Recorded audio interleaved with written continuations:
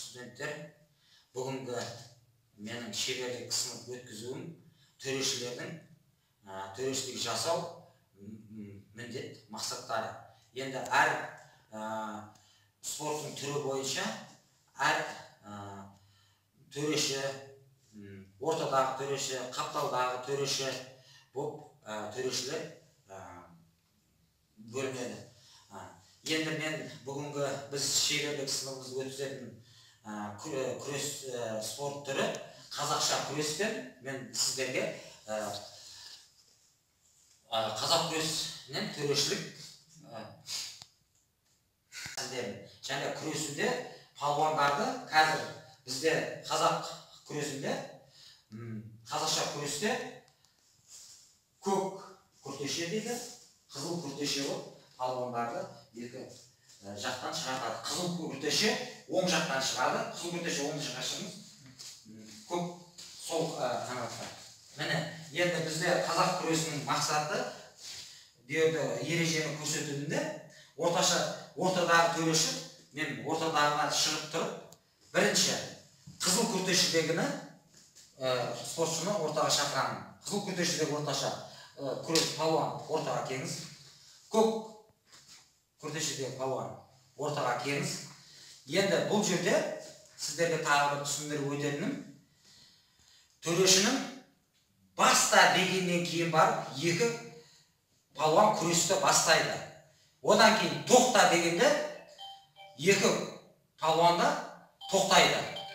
Және де бұның ережесі осы мақсатта сіздерге біз осыны көрсетеміз.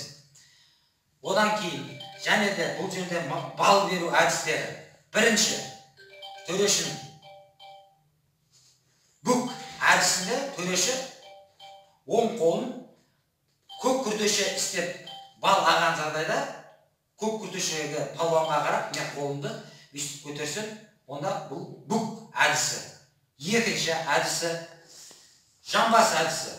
Қолды бүйтіп тұрып, ортада ұстап тұрып, көкке қаратсам, көк палуанға жамбас әдісі беріледі. Одан кейінгі біздің әдісіміз жартылай жеңіс дейді. Міне, жартылай жеңіс деп сол қол жақта қызыл күртешеге көрсетсем, онда бұл жерде қызыл күртешедегі палуанымыз жартылай жеңіс болады. Одан кейінгі тағы бір әдісіміз ол таза жеңіс. Палуанды арқасымен таза жеңіске түскен кезде қолды бүйтіп көтеріп таза жеңіс десек, онда бұл жерде таза жеңіс әдісімен оң қолды көтерсем, оң қол жақта көк күртеше таза жеңіске жетті де, сонымен бұл жерде күресіміз аяқталады.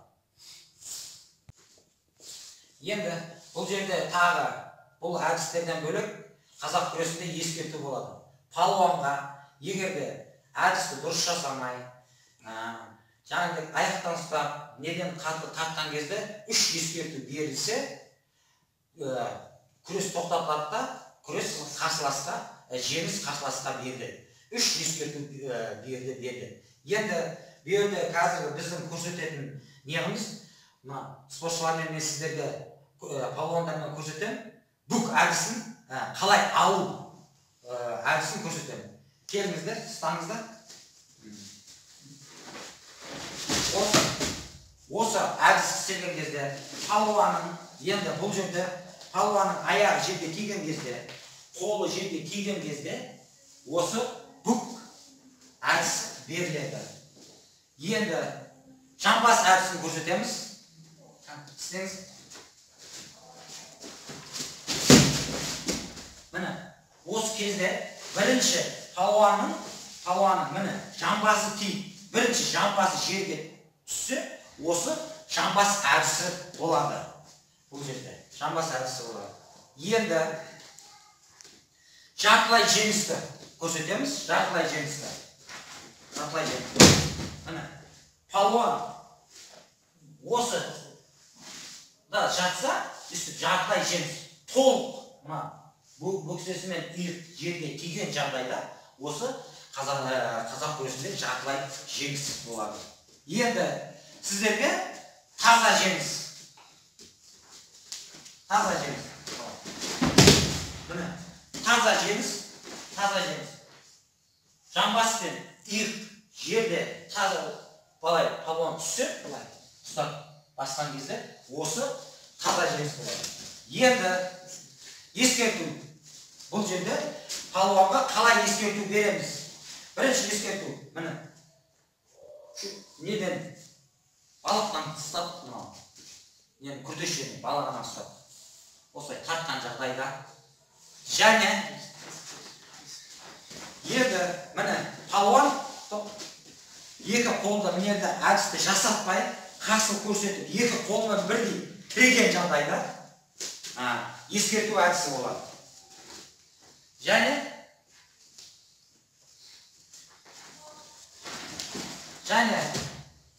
бұл жерде міне аяқ кілемді киген жағдайда әдісті жасап жіберсе, осы кезде оған ескерту береді. Бұл көрсетіп отқанымыз қазақ күресінде 3 мәрте ескерту алған палуан күрес тоқтатылады да күрес қарсыласына беріледі. Енді бұл шеберлік сынымызды көрсету мақсатымыз осы біздің колледжімізде қазақ күресі жақсы дамып келеді. Осы қазақ күресін біз ары қарап дамыту, және студенттерімізді спортқа деген қызығушылығын арттыру мақсатында біз осы шеберлік сыныпты өткізіп жатырмыз. Қазақ күреспен және басқа да спортпен шұғылдануға сіздерді шақырамыз. Бүгінгі сабағымыз осымен аяқталды. Қош сау болыңыздар.